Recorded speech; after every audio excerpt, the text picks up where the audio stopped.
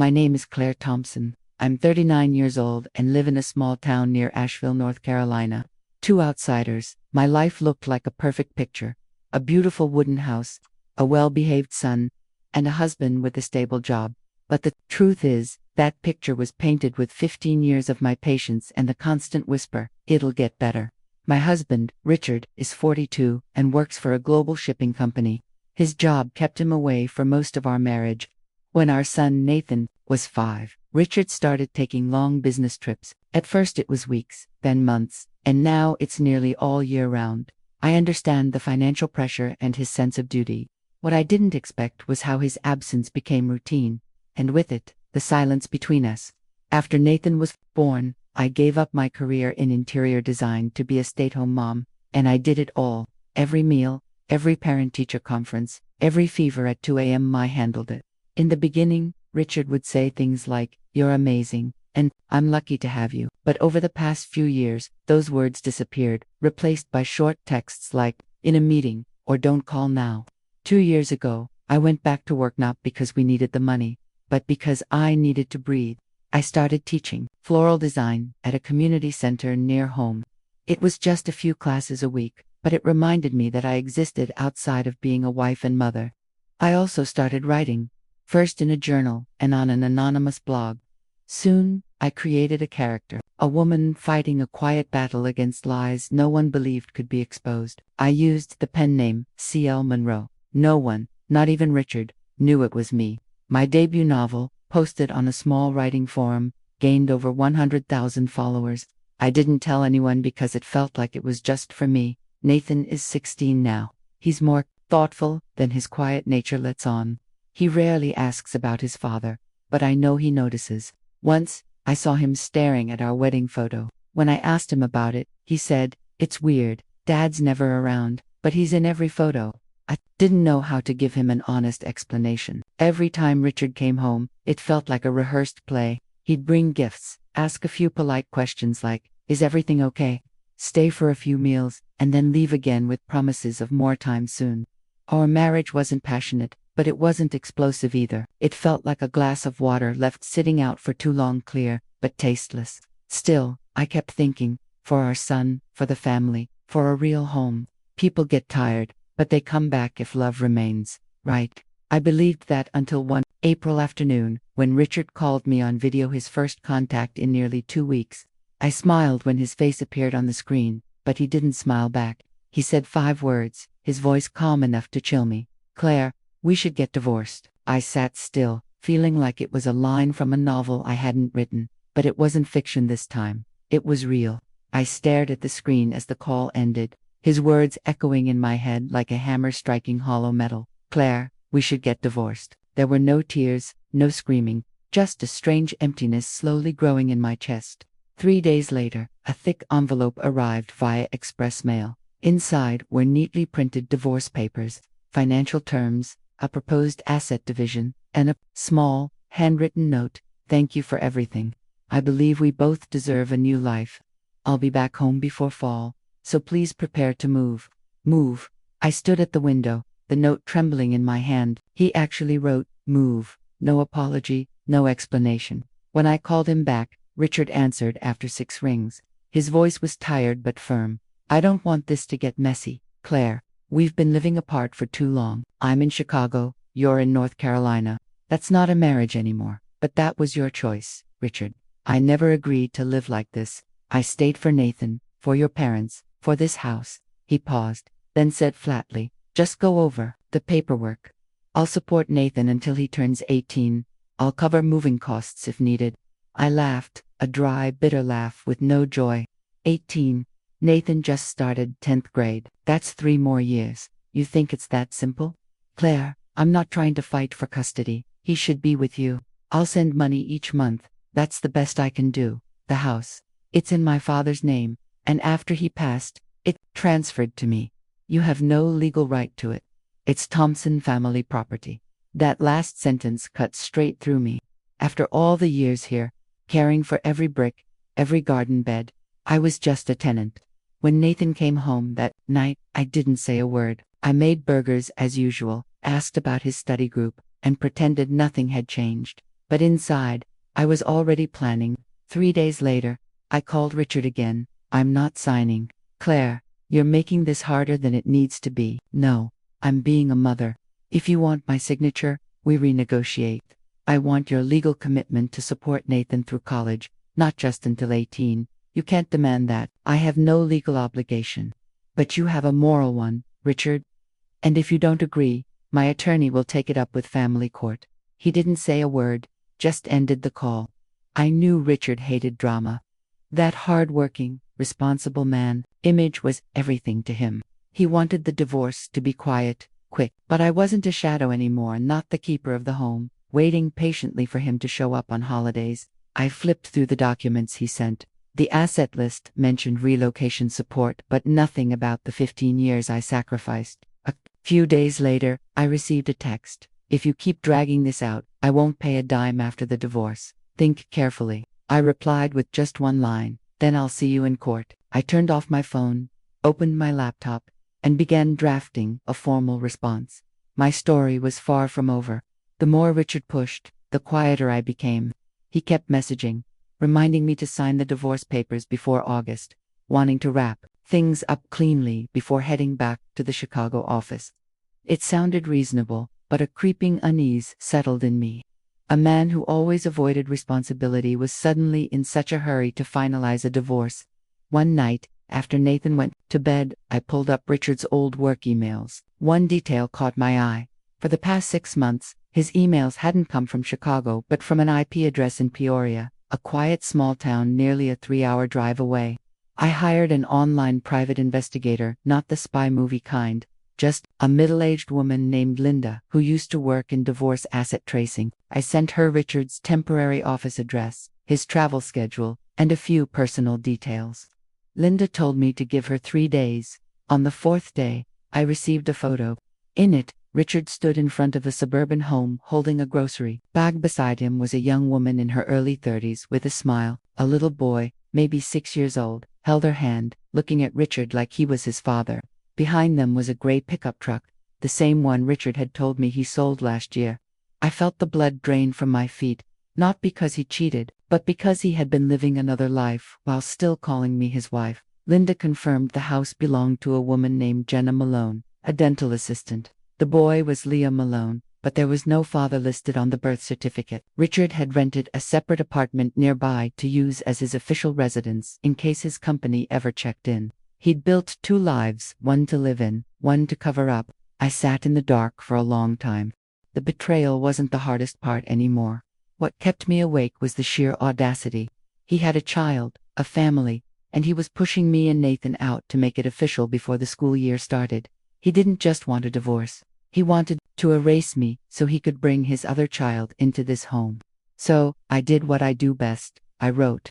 I drafted an email to Richard, attached to photos, and wrote a short message. If you want my signature, be ready to cover Nathan's full college, tuition, attorney fees, and moving costs. Otherwise, I'll be happy to present all evidence in court. 15 minutes later, my phone buzzed. Claire, I can explain. I've had enough of half-truths. Say it clearly and own it. That boy is your son, isn't he? Silence. Only heavy breathing. On the other end, you have the right to live your life, but no one has the right to trample over others to build a new one. You will not leave Nathan without a home, and I will not be thrown out like a stranger. He cut the call without another word. 3 hours later, I received a short email. We need to talk. I'll come by this weekend. Now it truly begins. Richard showed up as promised. On a hot Sunday afternoon, he stood at the door in a pressed dress shirt, his face blank. I didn't invite him in, but he walked through the doorway anyway. What do you want to sign the papers? He asked bluntly. You're in such a rush because the kid needs to enroll in school, right? I asked, looking him dead in the eye. His expression faltered. He didn't deny it. He didn't explain. He turned instead to the shelf at our 2004 wedding photo. Claire, I don't want to make this difficult. Just sign, and I'll leave enough assets for you and Nathan to live comfortably. Thanks, but I don't need you to leave anything. I just want the truth to stand in the right place. I pulled a stack of documents from a drawer and placed them on the coffee table. Richard stared at it. What is that? Legal documents, including an updated deed to this house. A preliminary will from your father. And an adoption certificate. Adoption. Richard stepped back. I continued calmly. Last year, after your father had his second stroke, I was the one who took him to therapy every week. You didn't even answer his calls. During that time, he rewrote his will, fearing you'd try to manipulate things after his death. He had me legally adopted. This house is now under my name, a living gift per his estate planning terms. I slid a certified copy in front of him. Richard grabbed it, his eyes scanning each line, a vein twitching on his forehead. This is forged. Feel free to take it to court. His attorney has verified everything, and I have the notarized original. If needed, the court can contact him. He's still sharp and ready to testify. Richard dropped onto the couch like the air had been sucked from his lungs. I didn't stop. As for the inheritance, after you announced the divorce, your father filed a formal petition to revoke your inheritance rights. Under North Carolina law, if approved, the remaining estate will pass directly to Nathan, his biological grandson. He can't do that. He can, and he already did. His reason: my only son knowingly had a child born out of wedlock, lived a double life, and discarded his original family like worn-out furniture. I made sure to say each word slowly, clearly, like hammering away at the false reality Richard had built for years. He bowed his head, his chest rising unevenly. A moment later, he looked up, his voice barely a whisper. So what now? You're kicking me out? No, I'm letting you walk out once you realize there's not a single brick left under your feet. I stood and walked toward the door. This house belongs to me and Nathan. We're not going anywhere. You better find a new apartment for your child before the school year starts. Richard rose slowly, not a word. Just as his hand touched the doorknob, I spoke again. Oh, and one more thing. If you plan on avoiding child support for Nathan, don't worry. I'll bring all of this to the family court, and if necessary, I'll make it public, every detail, including how you maintain dual residences during work trips. He froze, turned around, his eyes wide. You wouldn't dare try me. A calm expression crossed my face, not out of spite, but from the quiet power of knowing I could finally protect myself. Richard left that day, and I knew the board had turned. 3 weeks later, a message from Harper Literary, one of the biggest publishing houses on the East Coast, landed in my inbox. The subject line was simple: congratulations, we are officially acquiring the adaptation rights to Ash Tree Letters for an animated series. My hands trembled slightly as I read it. My debut novel, written under the pen name C.L. Monroe, was becoming a Japanese-American anime series, set for global release next spring. I never told anyone that C.L. Monroe was me. For 3 years, I had quietly uploaded chapters, read every line of feedback, edited in silence, and grown alone. I never told Richard. I knew he'd dismiss it as a time-wasting hobby. But now, that waste of time had earned a 6-figure licensing deal. More importantly, it brought recognition, confidence, and the proof that I was never the dependent one they imagined. On contract signing day, I brought Nathan with me. After leaving Harper's headquarters, we stopped at a little diner. Nathan looked at me for a long moment and asked, "Are you going to tell Dad?" I paused. "Not yet, but I think it's time." The opportunity came sooner than I thought. A week later, Richard called the first time in over a month. His voice was no longer sharp, just low and uncertain. "Claire, I heard about Dad. Nathan spoke with him. I didn't expect things to go this far. You should have called him sooner, Richard. Not for the house, but because you're his son. But it's too late now." Silence. Then he spoke again. "Claire, I know I messed up, but I also know you're not just someone who stays in the kitchen like I used to think. You've always had something more. I see it in Nathan's eyes, how proud he is of you." I let out a soft laugh. "I've always been me. You just never looked closely enough." I paused, then said firmly, "I'm C.L. Monroe." A beat of silence. "What?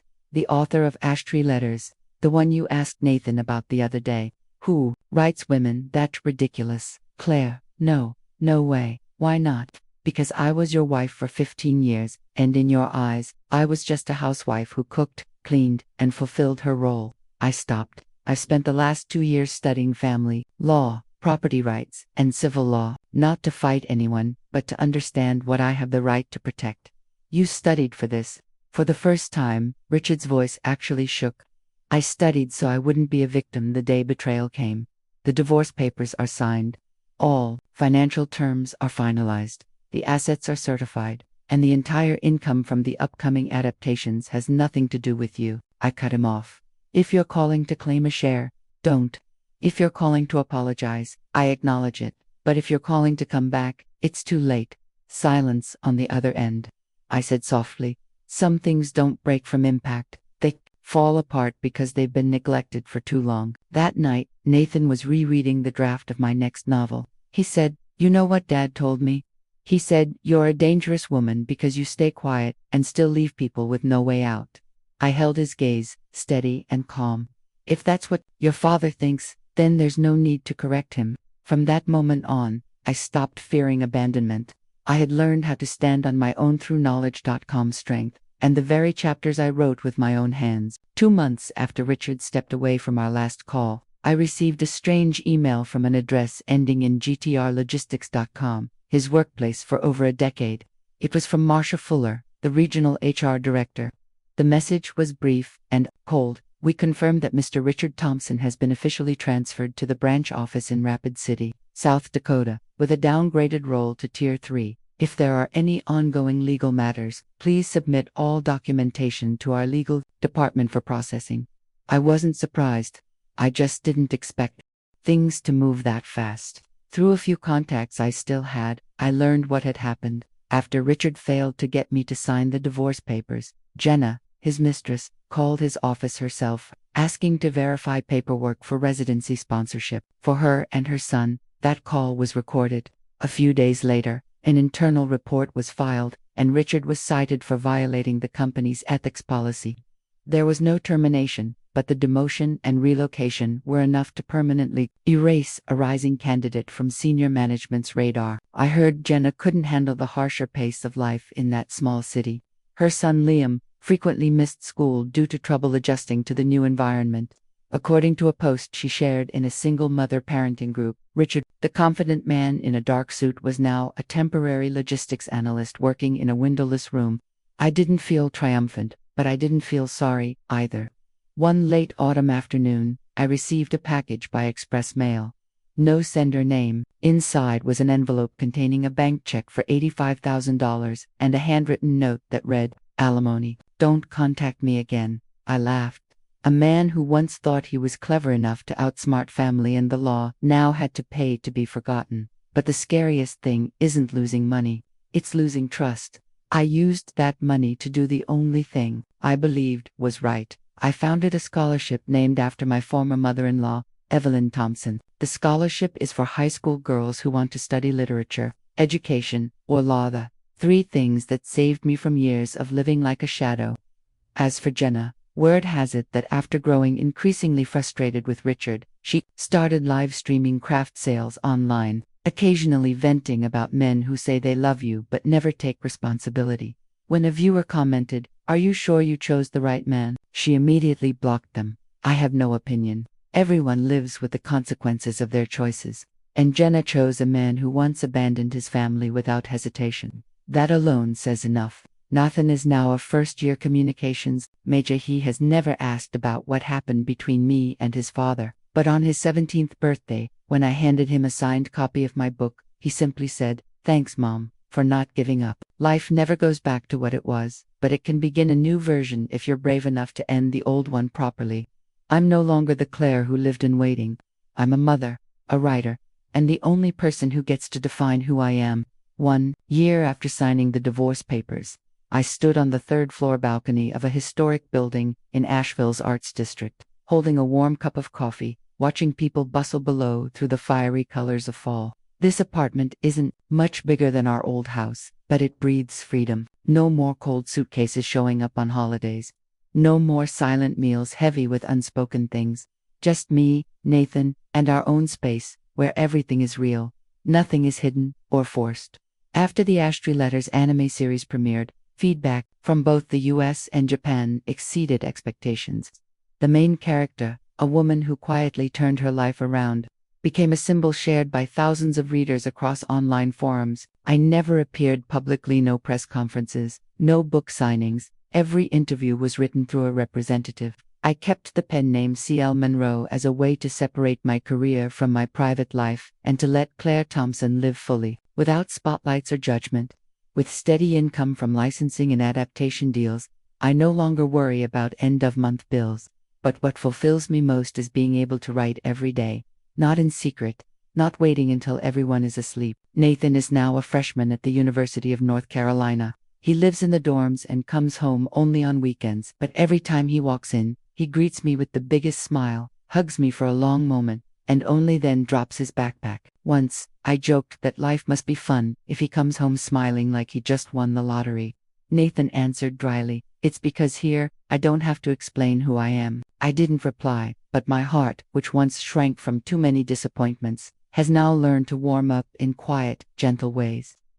On a rainy night with wind rattling the window pane, I sat at my laptop and opened a blank document for a new project. This time, the main character is a 39-year-old woman living in a small town who loves her son, loves floral design, and was once deeply betrayed, but she doesn't fall. She turns pain into purpose, silence into strength, and walks out of abandonment on her own 2 feet. I didn't name her right away. I let her walk, speak, breathe, and rediscover herself, just like I once did. Maybe this time I won't use a pen name, or maybe I still will, because I want the world to know only the story, not the woman behind it.